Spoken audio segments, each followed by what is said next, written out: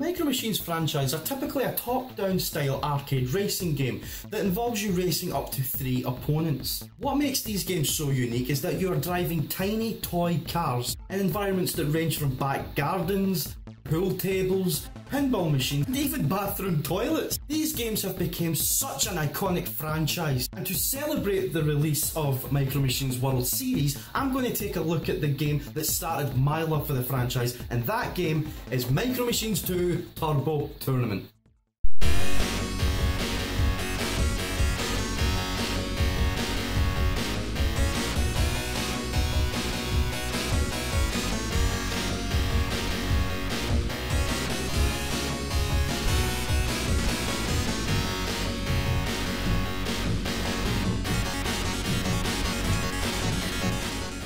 While the original Micro Machines received critical acclaim for what it presented to player, Turbo Tournament took everything that was great about the first installment and perfected it.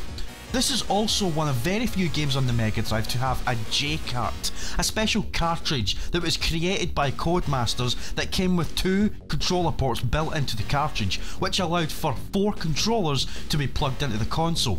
This would result in Micro Machines 2 allowing up to 8 players to play simultaneously on one system, with each player using only the D-pad or face buttons to control their car. Sadly though, I don't have that J-Cart in my possession, I only have the regular cartridge, so I'll be playing this game on my own anyway, so it's not a big deal.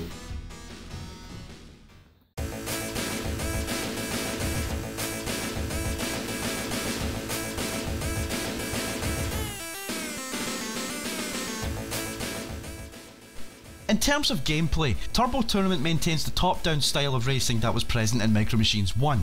The controls are simple to learn, accelerate using B and use the D-pad to turn left or right, but mastering them can be tricky, and there will be moments of frustration when you first play through it, as the track design is made to have a steep learning curve, but once you learn the track you're racing on, it can be so relieving to move on to the next stage, because trust me, I have had many frustrating episodes playing this game. You also get to pick which character to race as and even change their name to one that suits you. While they do nothing to change the style of how they drive, they have their own unique look about them, and there are a total of 20 to choose from, so I'm sure you'll find someone that will suit your preference. There are a vast amount of game modes across many different number of players to choose from, so I'll try to be as minimalistic as I can. In single player, you have 4 modes to choose from. Challenge mode, which is a typical arcade style game in which earning first place will progress you to the next stage. Failing a number of times will result in game over. Head to head mode, which will put you against one other racer, and the objective is to reach the edge of the screen until you reach the target number. Super League comprises of 4 divisions containing 4 racers, and you have to race a few races per season. If a racer finishes a season in first place, they move up 1 division, and vice versa for those that finish in last place. And then there's time trial mode, which is self-explanatory. Drive around the track on your own to get the best time. There is also a 2-player mode, which has a typical head-to-head mode, a tournament mode, and a time trial mode. And then there's party play, which is probably the mode that sells the game, which allows for up to 8 players to play simultaneously, and also has a 16-player tournament mode, which is absolutely crazy when you think about it. 16 people crowding round a Mega Drive taking turns, that's a lot of wires crisscrossing the floor. Still, it's what made Micro Machines the perfect game for multiplayer back in the day, and I still get a lot of fun out of it, even on my own.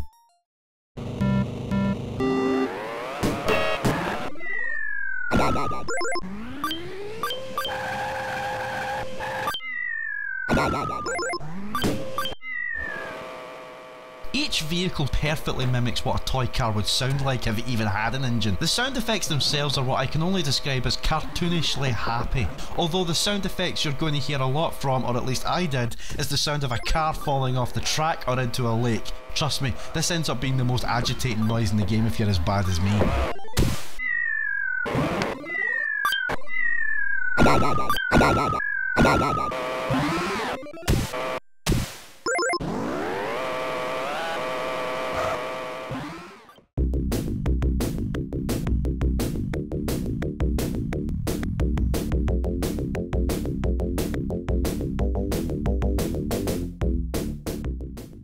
track has its own theme, both visually and audibly, and it makes each track unique and allows the game to not feel repetitive as a result. The music in the game is remarkable and one of the catchiest soundtracks I have ever had the pleasure of listening to in a video game. The music was composed by Tim Bartlett, who also worked on other Codemaster titles such as Micro Machines Turbo Tournament 96, Super Skid Marks, Micro Machines V3, Micro Machines V4 and many more. In terms of graphics, the game looks tremendous. It is very vibrant, very colourful, and everything stands out, and even the characters look impressive with their own animations as well. Some obstacles in the game have their own animations too, be that a power drill pushing you off the course, a xylophone mallet that you have to drive under without getting hit, pool cues, or even a pinball flipper knocking you back. The game is very busy on its own, alive if you will. All in all, the game is nice and even fun to look at.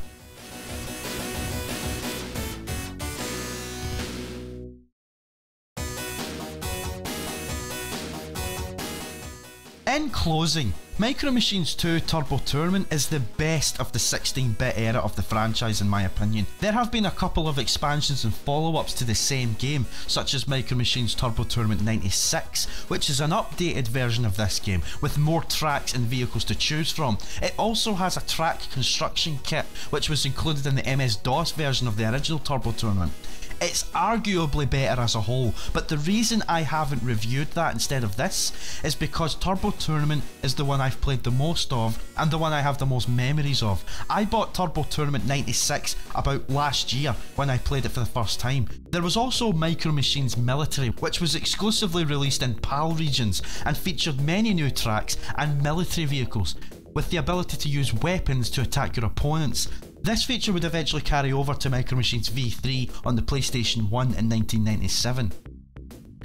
Micro Machines is a childhood classic for me, and is one I will never stop playing, and with Micro Machines World Series just round the corner, I'm very much excited to see what they've added now that the rights have went back to Codemasters, with the last game in the franchise being Micro Machines V4 in 2006. It's a brilliant franchise, and one that I will always enjoy.